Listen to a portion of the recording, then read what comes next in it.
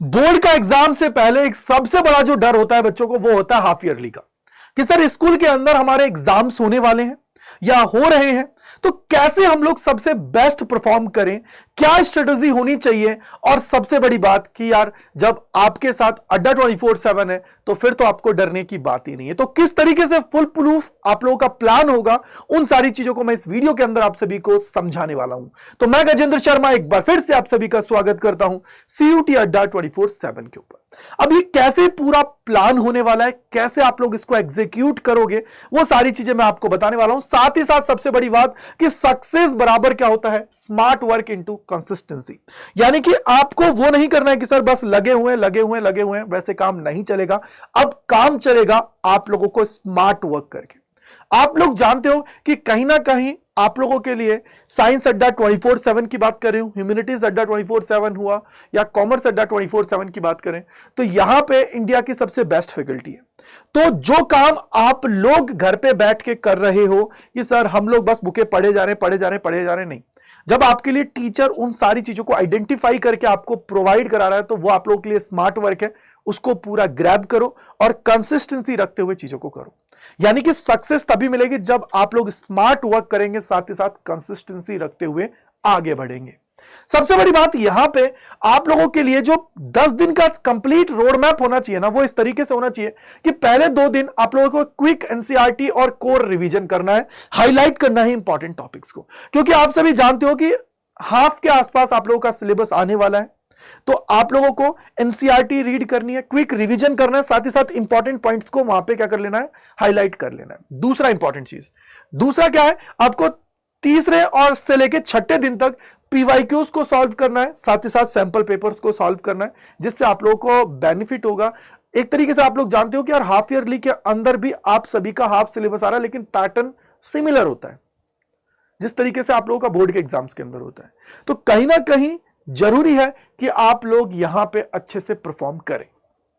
तो उसके लिए PYQs देख लीजिए, क्योंकि जनरली जो मैंने देखा है, ऑब्जर्व किया है, ये लोग क्या करते हैं, जो CBSE की तरफ से सैंपल पेपर रिलीज होता है उसी को दे देते हैं, कई बार वही आप लोगों को देखने को मिल जाता है। तो इट मींस क्या हुआ कि सर कहीं ना कहीं अब हमें स्मार्टनेस की तरफ जाना है। इसके बाद में आपको 9th डे की बात करते हैं, तो फास्ट ट्रैक मोड पे जो नोट्स हैं, डायग्राम्स हैं, उन सभी को आप लोगों को क्या करना है, पढ़ना है। और लास्ट दिन आप लोगों को क्या करना है, mock test plus light revision करना है और जाके एग्जाम की तरफ बढ़ लेना है। अब इसमें क्या होगा, आप लोगों को सारे सब्जेक्ट्स का करना पड़ेगा। ऐसा नहीं कि सर सिर्फ हमने 1-2 सब्जेक्ट्स का कर लिया। जो जो आप लोगों के सब्जेक्ट्स हैं, हो सकता है कि किसी सब्जेक्ट के अंदर, मान लो पहले मैं बोलता हूं कि फिजिक्स का पेपर है, फिर उसके बाद में 2-3 दिन का गैप होगा, फिर अगला पेपर होगा, फिर 1 दिन का गैप होगा, फिर अगला होगा। तो इस तरीके से आप लोगों के पूरे पेपर्स होने वाले हैं। तो पहले आप लोग इस तरीके से करें, लास्ट के एग्जाम से 2 दिन पहले फिर उस एग्जाम स्पेसिफिक जाए और सारी चीजों को कंप्लीट करें।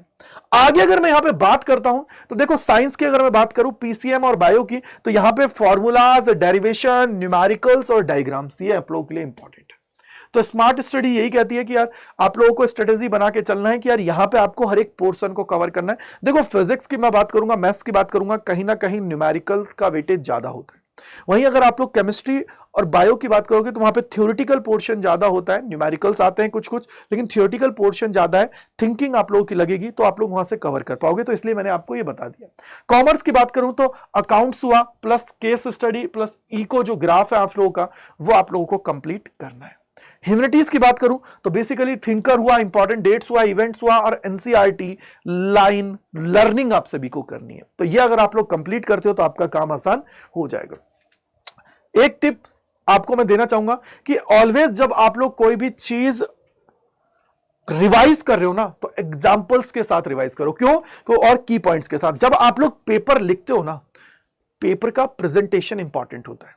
अगर आपको थोड़ा आता है टॉपिक, लेकिन अगर आप पॉइंट्स बना बना के लिखोगे ना, आप लोगों के लिए बहुत, मैं बोलूंगा कि सबसे यूजफुल टेक्निक होने वाली है। क्यों? क्योंकि सर टीचर देखता है आपका कॉन्फिडेंस, आपने लिखा कैसे। अगर पॉइंट वाइज पॉइंट लिखोगे तो इसका मतलब वही बच्चा लिखेगा पॉइंट वाइज पॉइंट जो कॉन्फिडेंट होगा, जो एकदम अच्छे से चीजों को करता है, वही क्या करेगा, यहां पे ऐसे करेगा। दूसरी चीज सबसे इंपॉर्टेंट है, एग्जाम्पल्स दोगे तो टीचर को लगेगा कि यार इस बच्चे का जो कंसेप्चुअल क्लैरिटी है वो अच्छी है। तो इस मेथड के थ्रू आप लोग करोगे, प्रिस्क्राइब वे में आंसर लिखोगे तो एग्जामिनर के ऊपर अच्छा इंपैक्ट पड़ता है। तो ये आप लोगों को ध्यान रखना है। साथ ही साथ अब आप लोगों को जो सबसे इंपॉर्टेंट गोल्डन रूल्स हैं, देखो आप लोग मोस्टली बच्चे क्या करते हैं कि बस इंस्टाग्राम पर रील स्क्रॉल करते रहते हैं। भाई वो ऐसा नहीं करना है। अब टाइम है 8 से 10 घंटे पर डे पढ़ो, फोकस्ड होके पढ़ो, चीजें अच्छे से करो। और अगर 25 मिनट पढ़ रहे हो तो 2-4 मिनट का ब्रेक लो, फिर आगे अगेन बैठ जाओ। या मैं बोलूंगा कि 1 घंटा पढ़ रहे हो तो 1 घंटा में से 50 मिनट आप लोग पढ़ो, 10 मिनट का ब्रेक लो, चाय पियो, कॉफी पियो, जो भी आपको पीना है पी लो, और फिर दोबारा बैठ जाओ। अगर इस तरीके से आप लोग करोगे ना तो आप लोगों का माइंड है वो थकेगा नहीं, जितना थकेगा नहीं आप लोग अच्छे से चीजें कर पाओगे। देन इसके बाद में आप लोगों को अब ये मान लेना है कि सर जितना आपने पढ़ा है ना उसी पे फोकस करना है। ऐसा नहीं कि सर मैं अब नए टॉपिक्स को लेके बैठ गया। देखो नए टॉपिक्स समझ में अभी नहीं आएंगे तो आपका जो कॉन्फिडेंस है वो थोड़ा लूज होगा, और जब कॉन्फिडेंस लूज होता है तो आप उतना अच्छा परफॉर्म नहीं कर पाते हैं जो आप लोग एक्चुअली में एग्जाम में कर सकते हैं। साथ ही साथ आप लोगों को टेस्ट डेली करना है, अपने आप को कॉपी के अंदर लिखना है चीजें, और ऐसे पढ़ना है, कॉपी के अंदर लिखते हुए पढ़ना है। क्योंकि जब कॉपी के अंदर लिखते हो अगर चीजों को आप लोग पढ़ते हो तो आप लोगों का कॉन्फिडेंस इंक्रीज होता है, आप चीजों को बहुत अच्छे से कर पाते हो। इसके बाद में आप लोगों को कम से कम 6 से 7 आवर्स सोना ही सोना है, जिससे क्या होगा कि आपकी शार्प मेमोरी होगी, बेटर रिटेंशन होगा। अगर आप ये सोच रहे हो कि सर मैं 3 घंटे 4 घंटे सो के काम चला लूंगा, नहीं बात बनेगी बेटा। अभी आपको पर्टिकुलरली अच्छे से सोना है जिससे आप लोगों की मेमोरी शार्प रहे, साथ ही साथ जो चीज आप पढ़ रहे हो उसको रिटेन कर पाओ। दिमाग जब थकता है ना तो आप सोचते हो पढ़ रहे हैं हम लोग, नहीं, वो सिर्फ ऊपर से जा रहा होता है। तो दिमाग को थकने नहीं देना, दिमाग को प्रॉपर रेस्ट देना है, तब जाके चीजें आप लोगों के लिए आसान होंगी। अब सबसे बड़ी बात, ये तो मैंने आप लोगों को सारी चीजें बता दी हैं कि किस किस तरीके से आप लोगों को चीजें करनी है, लेकिन जो सबसे इंपॉर्टेंट है वो है कि सर तैयारी किस तरीके से करनी है, वो इंपॉर्टेंट है। क्योंकि कहीं ना कहीं आप लोगों को ये जो लास्ट 10 दिन है ऑलमोस्ट, तो मैं 10 दिन की अगर मैं बात करता हूं, 10 दिन आप लोगों को फोकस होकर करना है अपने आप को। मैं ये बोल रहा हूं कि आप देखो कि 21 तारीख से लेकर 3 सितंबर तक का हमने आपसे टाइम लिया है कि हम लोग पूरी चीजें कराएंगे। तो आप ये मान लो 10 दिन अगर आप लोगों ने हार्ड वर्क कर लिया तो 95% गारंटीड है, यानी कि जो आपने हाफ ईयरली के अंदर ऑलमोस्ट 90 to 95% आपका स्कोर आ जाएगा। पहली चीज, बिलीव, रिवाइज एंड प्रैक्टिस। आप लोग अपने गोल है उसको अचीव कर जाओगे। कंसिस्टेंसी आप सभी को रखनी है। जो लास्ट मिनट में आप ये बोलते हो पैनिक होते हो, यार मुझे नहीं आ रहा है, कैसे करूं, क्या करूं, 18 घंटे पढ़ लेता हूं, 20 घंटे पढ़ लेता हूं, ये दिमाग में आता है, लेकिन उस टाइम पे गाड़ी निकल चुकी होती है। तो इसलिए कंसिस्टेंसी आप लोगों को बेटर आप लोगों को करना है। और याद रखना, आज का हार्डवर्क कल के दिन को आप लोगों का जो है उसको सक्सेसफुल बनाएगा। बस मेहनत करनी है, देखो मेहनत से पीछे नहीं आना है, बस ये आपको ध्यान रखना है, ठीक है बेटा। इसके अलावा मैं अगर बात करूं तो आप लोगों के लिए देखो अड्डा 24/7 ऑलवेज चीजें कराता ही है। तो चाहे हम लोग यहां पे बात करें साइंस अड्डा 24/7 के ऊपर, तो यहां पे आप लोगों के लिए हाफ ईयरली की क्लासेस प्रॉपर चल रही हैं। ये देखो सारी क्लासेस प्रॉपर चल रही हैं हाफ ईयरली की।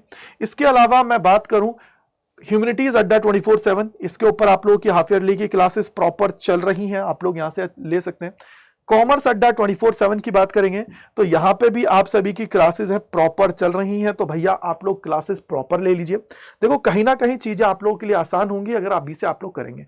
वहीं अगर लैंग्वेज अड्डा 24/7 पे बात करोगे तो वहां पे भी चीजें आपको नजर आएंगी। अभी तो आपकी क्लासेस हैं वो सारी वहीं पे चल रही हैं। तो लैंग्वेज अगर मैं बात करूंगा, ठीक है, लैंग्वेज अड्डा 24/7 पे आप लोग आएंगे तो यहाँ पे भी आप लोग देखेंगे कि आप लोगों की क्लासेस प्रॉपर चल रही हैं, बोर्ड ओरिएंटेड। तो आप लोग यहाँ पे भी चीजें कर सकते हो। देखो ये रहा, तो इनको भी आप लोग यहाँ से कवर कर सकते हो। मैंने आपको सारा सोर्सेज बता दिया है। अब यही है कि आप इसको अचीव करें, अच्छे से परफॉर्म करें, जिससे आप लोग एग्जाम के अंदर अच्छे से परफॉर्म करेंगे तो आपका कॉन्फिडेंस इंक्रीज होगा। कॉन्फिडेंस इंक्रीज होगा तो आपके अंदर एक सेल्फ मोटिवेशन आएगा। तो इसलिए जरूरी है अभी से तैयारी को करने की और लग जाने की। सारी चीजों का सोल्यूशन मैंने आपको बता दिया।